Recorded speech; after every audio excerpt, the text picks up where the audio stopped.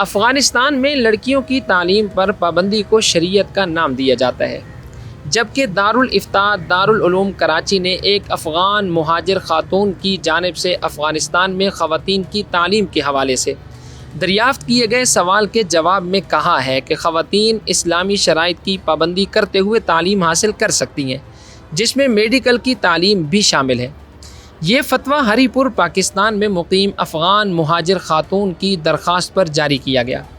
17 مئی کو انہوں نے دارالعلوم کراچی سے رابطہ کر کے افغانستان میں افغان خواتین کی تعلیم، بالخصوص میڈیکل اور نرسنگ کی تعلیم جاری رکھنے کے حوالے سے رائے طلب کی تھی۔ موجودہ افغان عبوری حکومت کے اقتدار میں آنے کے بعد ستمبر 2021 میں لڑکیوں کی تعلیم پر پابندی عائد ہے، اور اقوام متحدہ کے ذیلی ادارے یونیسکو اور یونیسیف کے مطابق افغانستان آج دنیا کا واحد ملک ہے جہاں لڑکیوں اور خواتین کے لیے ثانوی اور اعلیٰ تعلیم پر پابندی برقرار ہے۔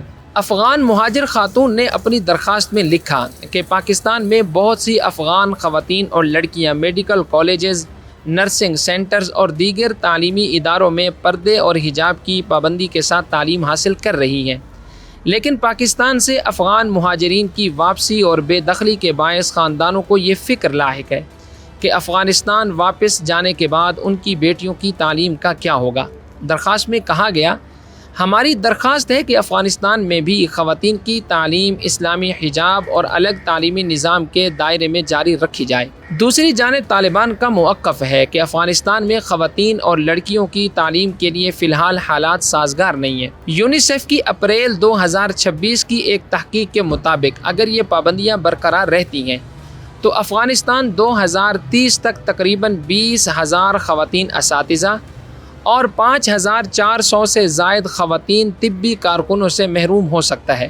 رپورٹ کے مطابق خواتین کی تعلیم اور روزگار پر پابندیوں سے افغانستان کو ہر سال تقریباً $84 ملین کا معاشی نقصان بھی ہو رہا ہے۔ افغانستان دنیا میں زچگی کے دوران خواتین کی اموات کی بلند ترین شرح رکھنے والے ممالک میں بھی شامل ہے۔ یوں یہ مسئلہ صرف تعلیم کا نہیں بلکہ افغان خواتین کے مستقبل کا مسئلہ ہے، اور اب سوال یہی ہے، اگر حجاب، پردے، عدم اختلاط اور الگ تعلیمی نظام جیسی شرائط کے ساتھ خواتین تعلیم حاصل کر سکتی ہیں تو پھر افغانستان میں لاکھوں لڑکیوں کے لیے تعلیم کے دروازے آخر بند کیوں ہیں؟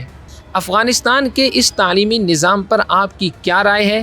کومنٹ سیکشن میں اپنی رائے ضرور دیجیے۔ ملتے ہیں نیکسٹ ویڈیو میں، تب تک کے لیے اللہ حافظ۔